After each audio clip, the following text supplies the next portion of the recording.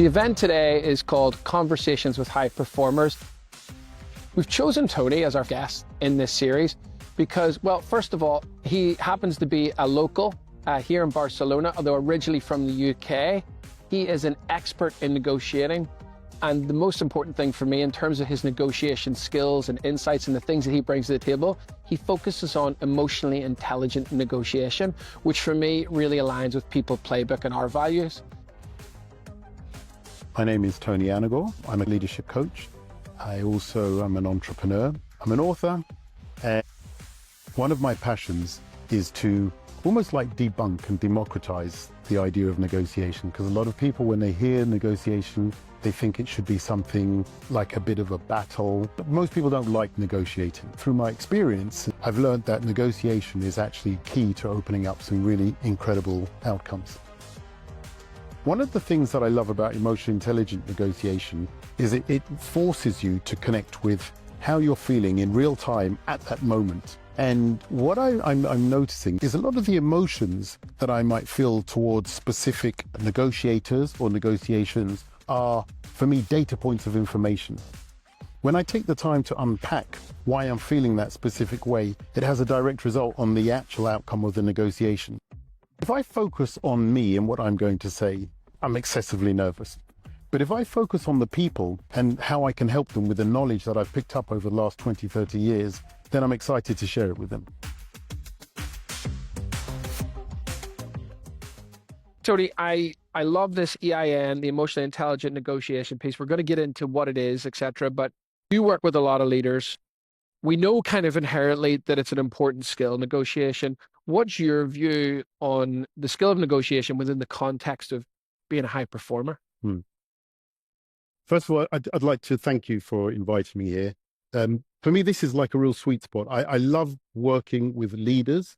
I think as leaders, it's really important that you take time to invest in this kind of stuff, in your own personal development, in your skills, in the way in which you communicate. I think it's so important. And my trajectory was, for 20 years, I've been teaching communication skills. And a vertical of that is what happens when we negotiate with each other. Why is it when we negotiate that there seems to be this battle, right? Why is it that people don't like negotiating? 80% of people actually don't like negotiating. And the other day I looked up the word negotiate. If you look it up, the word negotiating, it comes from the Latin word negotium. Neg means not. Otium means pleasure. In Spanish, negocio, not fun. So it's no accident that people can't stand negotiating. They don't like negotiating because it's actually not fun. So the whole idea of almost like democratizing the idea of negotiation and rebranding it, it's not a battle. It's not something where I win, you lose. It is something that it's a creative pursuit that people can get involved in order to create better outcomes. I love that. It reminds me, Tony, the way you talk about negotiation is really interesting.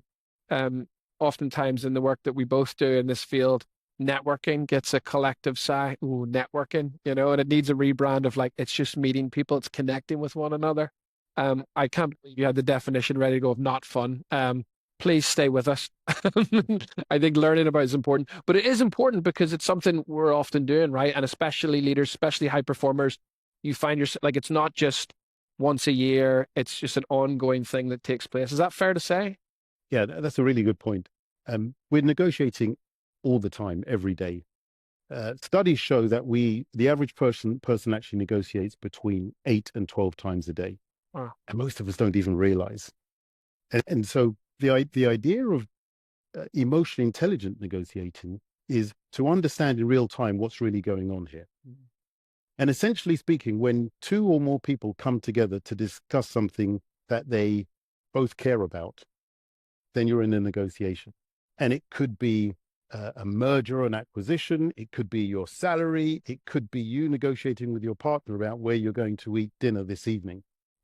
The whole interaction is a negotiation where you are creating that environment for what it is that you really care about, what I care about, so we can actually put them and have a creative conversation about how we can create something that's good for both of us. Yeah.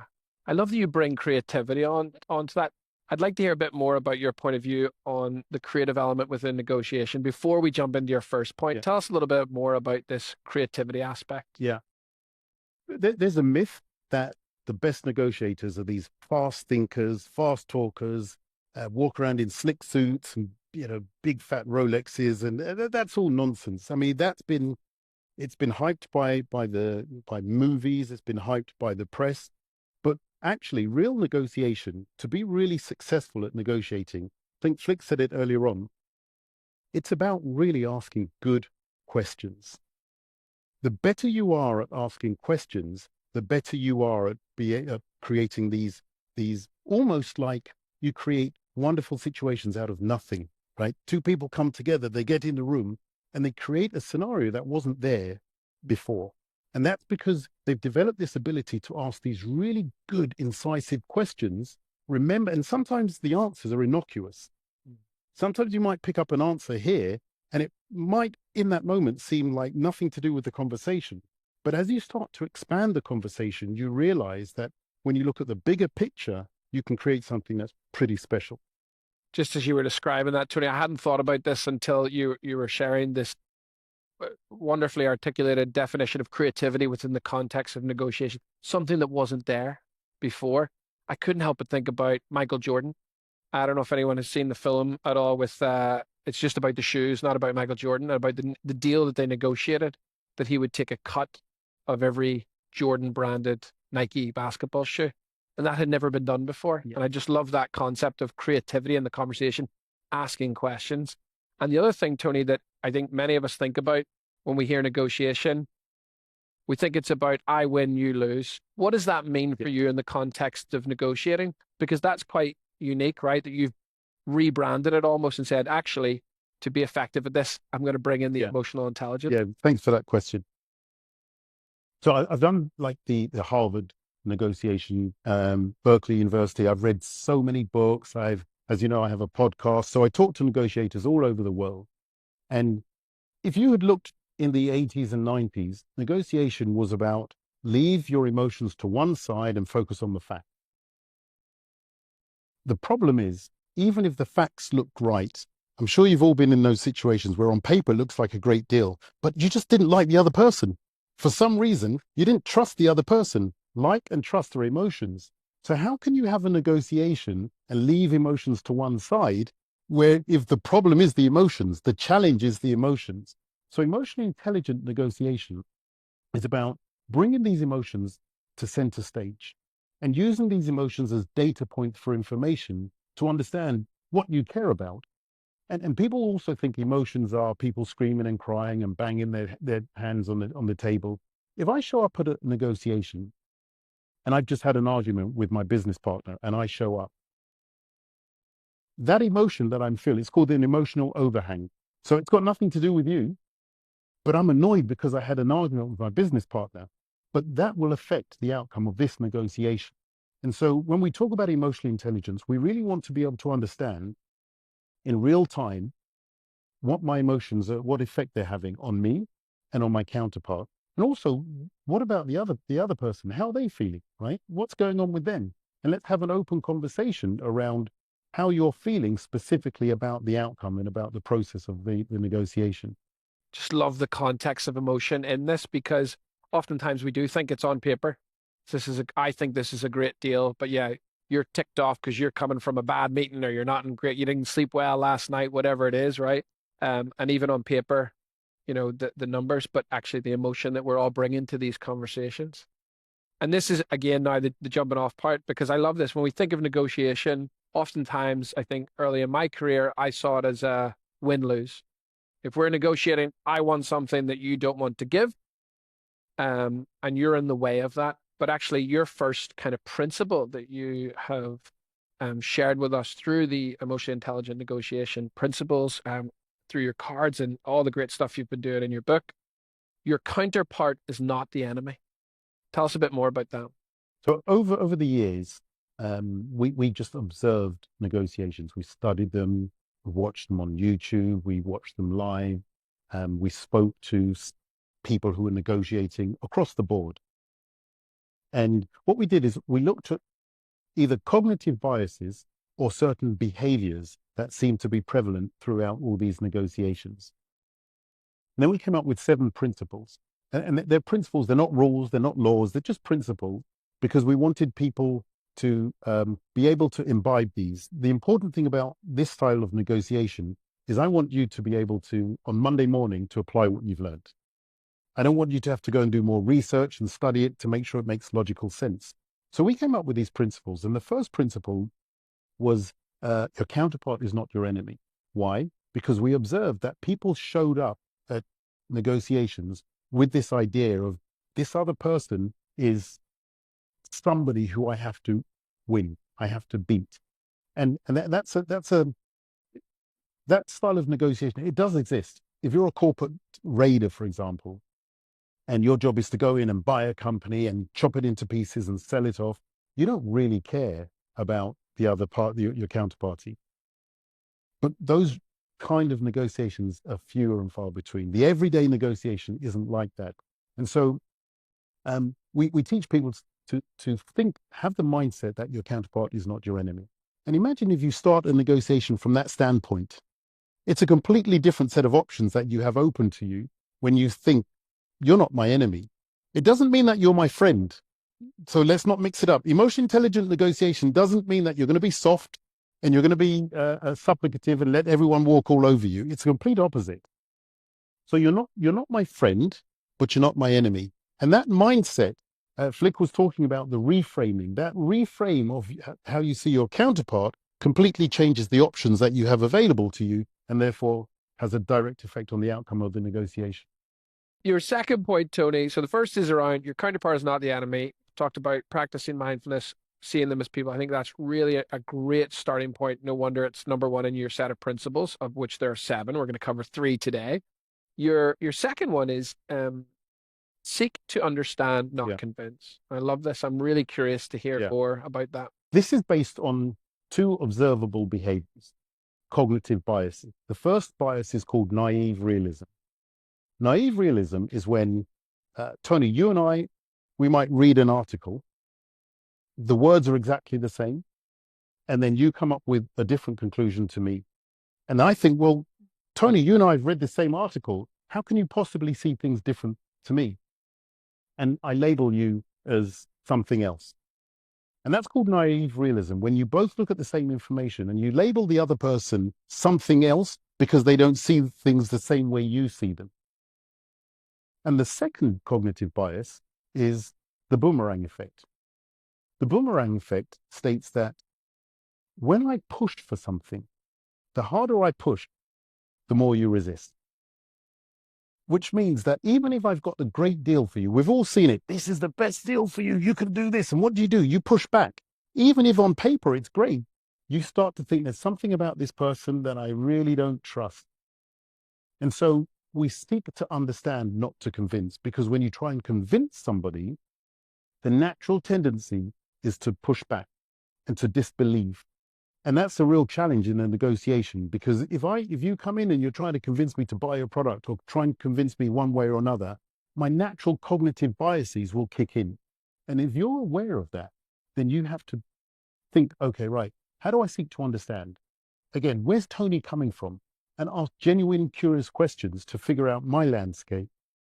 And in doing so, then you'll find that leads on to the next principle, but I'll wait for you to ask that. So I think this is absolutely critical. And the getting curious has already been a theme in this Conversations with High Performers series. It's something that honestly rings true regardless of the expert I'm speaking to, the curiosity. I'm curious about, curious, practically, how do we go about, like, how much time should people spend on this phase, right? Rather than jump in blindly and make assumptions. Yeah. You know, what do you do or tell leaders to do or high performers to do in order to really, understand first? Yeah. I have a client, he's a real estate broker in Oklahoma. I think Fick knows him actually. And he started with me about 3 years ago. And he really has no interest in other people. His thing was, I just need to make money. And during the course of our training, he said to me, Tony, I know I should ask questions about my clients. I know I should ask, but how do you ask such good questions? And I said to him, well, you really have to care about them, right? You have to care and you have to be curious. And if you care about them, yeah, but I just want, yeah, I just want to get the deal. And how's that working out for you? Okay, so let's try this. Let's try caring about them because they've got worries and concerns just like you. They've shown up for a reason and being curious. He's now one of the top negotiators in his region in Oklahoma. And if he was here today, he would say it's all come down to asking good questions, but genuinely caring about the other people, genuinely caring about his clients. And then what happens when you genuinely care about your clients, you go the extra mile without even knowing it because you care. Yeah. I spend a lot of time in this space working with leaders with their teams, similar dynamic in terms of relationship. And oftentimes what I tell them is, yes, ideally you want to care about them as human beings. And sometimes if I have pushback, say, well, I don't really care about them, they're not my friend, Yeah. as you said earlier, I try to help them reframe it and understand that by caring about them and their goals, what they're trying to achieve is this kind of mutual Yeah. win-win. Is that something you subscribe to? Yeah, and I get some pushback as well from some people because in fact this morning I was talking to someone and he's in the healthcare and he said all this namby-pamby caring stuff doesn't work, does it? And I said to him, well, what happens is for example, when you look at a deal, whether you're going to go for a deal on, let's say you have 4 deals on the table and 4 people presenting the deal. When it's been presented, typically what will happen is you'll say, which one did I like best? You won't say which one was the best on paper. Which one did I like best? And it's the person who presented. And then typically what happens is you might go to the person you liked best and say, look, we've got this, and try and make that deal work just because you like that person. And so I think it's really important to really focus on and understand the role that those soft namby-pamby emotions actually do play on our everyday interactions. And that for me, what you described there, and you said about, I think the other person in Oklahoma, you said, show me the results. Oftentimes when I'm in this space of leadership and leadership development, team development, and we get pushback, I always say, well, let's try it. Yeah. Let's experiment. And you've shared a great success story where this person would say, this is the reason that I have achieved what I have achieved. And I suspect for many folks here, they do care about their role, about their clients, whether internal or external, and that's helped them get there. Yeah. So I love that Yeah. you've doubled down on, well, let's get the result. Yeah. What's going to get I'll it tell you done? another story to really illustrate this point. So I was working with someone who had a team, and during COVID, that team suddenly they weren't selling any products anymore because everything shut down. And this particular person came to me and said, I need to connect with my team. And I said, okay, well, what are you doing at the moment? And this person's very pragmatic, very boom, boom, boom, doesn't like, talking about emotions or anything like this. But for the first time, they're on Zoom and they've got their leadership team there. They've got 13 of them and they've got nothing to talk about. And I remember saying to this person, can you name a member of your team? And they gave me a name. And I said, when is their birthday? I don't know. Where did they go on holiday last year? Don't know. How many children do they have? Do they have children? Don't know. And they turned to me and said, I should know this. These are my team, right? And so the next conversations, instead of talking about work, they talked about themselves. And then all of the other stuff started to come out. And that team is still together today. And they're one of the most successful teams in the area. And this person got a huge promotion. And every time they're not based in Barcelona, but every time they come to Barcelona, he always gives me a call. We go out and we talk about these stories. So this is somebody who was very pragmatic, didn't believe in that stuff, but then realize that actually at the seat of all of what drives us are those type of emotions. It's countercultural in some ways, isn't it? Well, it depends on which culture and Yeah, in terms of let's get to business. yeah, Here's what I want. Here's what I need. And I think, I totally buy into this way of thinking. yeah, I often tell leaders and folks I work with, it's like more important to be interested than it is to be interesting. yeah, Interesting comes later, yeah, but be interested, and that will lay the path yeah, for a great relationship. yeah. Tony, we're making headway. You were gonna jump into point three, and thank you for holding off. But this is perhaps my favorite one, and I'm really excited to hear you describe it in the way that you do so well. Create value before capturing value. Yeah. This is probably the toughest one to actually do. It sounds easy, rolls off the tongue easily, but it's so difficult to do in practice. Create value before capturing value. Our natural temptation is to want to go in and say what I want. This is what I want. That's our natural temptation. But if we are curious about the way in which we have the conversation, we can create value around what is important to them and what's important to you. And so we advocate taking time and spending time in the negotiation. I've got to find out what's important to you, Tony.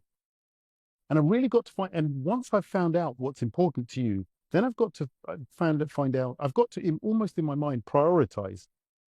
What are the things for you that you need? And even when you tell me, I need to then ask, okay, so let's supposing this deal gets done. What happens next? What are the next steps? What are you going to do?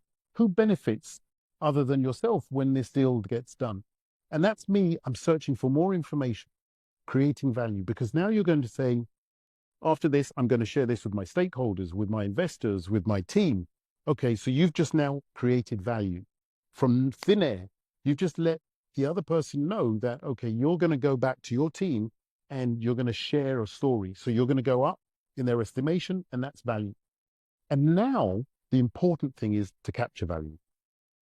And collaborative kind of soft negotiators fall down on that part. They're very good at creating value, but when it goes into actually capturing the value, when you need to be tough, and this is why I always say with emotionally intelligent negotiation, it's about being assertive, not aggressive. It's about capturing what's important to you as well. Otherwise, they'll roll over you, walk away, and they'll think they've got a great deal, and you'll suffer from buyer's remorse because you didn't get what you wanted. So that third principle is really important, that you stand your ground and you're assertive about, okay, right, Tony, these are some of the things that I've understood that you really need in this deal. Am I right in that? Is there anything I've missed out? Would you like to go over this so we can look at this again? Yeah. Would you be interested in hearing the things that I would also like so we could make this deal even better? Yeah. Okay, great. I've earned the right to ask that question. So now you're going to listen to what I believe is important, and then we have a conversation. That question blew my mind. So I'm glad we record this because I want to write it down and practice it. So would you be interested in hearing what I would like from this? Is that the question? Yeah. Yeah. I just, because I was thinking about, you're right that oftentimes, at least in my field, and I suspect for the high performers here and those listening and joining at home, being a great performer often means you're going above and beyond in giving value. Yeah. You're giving value. And then it comes to those hard conversations about, okay, well, what's next and what do I want back in return? And even there, I was listening to you, Tony, I was thinking, I struggle to, then draw the line, be boundaried, and ask for what is I feel deserved because of what I have put in terms of value. And so that question you shared, I think is a really good jumping off point. Any others, or is that the go-to for you in terms of, I've had the conversation, I've fully understood how I'm giving you value, like you said, out of thin air through great questions and going above and beyond, really seeking to understand how else can we have those difficult conversations about this is what I'd like in return. If you've done it right, typically you'll find you don't need to ask that question. They'll ask the question to you, because there's this sense of, well, Tony's given so much, right? What's in it for you, Tony? What is it that you want? So typically they'll ask. If they don't ask, then that's when you need to put your foot down and say, well, look, We've talked a lot about the things that you want and the things that are going to make the deal sweet for you. What do you think the next best step would be? Just keep quiet. Silence, by the way, is another really important approach in a negotiation. It's so underestimated how we can use silence in a negotiation. They always say, if you're going for a deal, make your offer and just keep quiet. Don't negotiate with yourself, and you negotiate yourself down on your. I've seen it so many times. If you'd watched me, you'd have seen me do it many times, especially early on, for sure. It's so easy to do. Yeah. And if the other person is smart, they'll know you'll make an offer and they'll just keep quiet. Or maybe a shake of the head, maybe a slight disappointing look. And then you will actually negotiate with yourself and bring yourself down on the price and lose your anchor.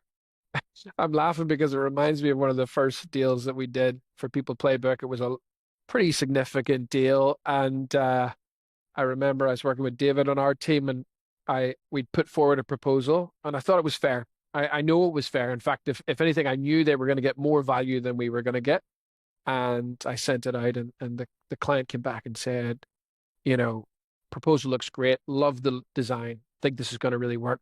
We're just not sure about budget. And my tendency back then was to go, well, we'll knock 20% off and we'll just make it work. And I could feel myself jumping in, but David pulled me back and said, have they negotiated yet? Yeah. Have they said what they want to change? Then let's just pause. And also the second learning from that experience was when it did get to negotiation, you can't give the same value to them for less. You can't say, well, I'll just take 20% off. Well, it's not the same thing. Yeah. You said the really key word there, which is value. Value is such a subjective word because what you value and I value are two totally different things. So you said it was a fair deal.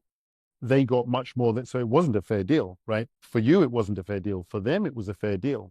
So this idea of value, I think it's important to be curious about what is it that you actually value and to ask the question. There's nothing wrong with asking the question to whoever it is, what is it that you value? And typically what I would ask is, you might say something and I would say, just so that I understand, why is this important to you? And it's genuine. You're not trying to catch them out. Why is this important to you? Or you can just maybe suggest, I get the sense this is really important to you. Yes, it's important because blah, blah, blah. And then all the information comes out as to why that deal is so important. I love that. How important is it? I love a skill question. How important is it to you, Tony, that we do this then, 1 to 10? I think that really helps. By the way, just a very quick point.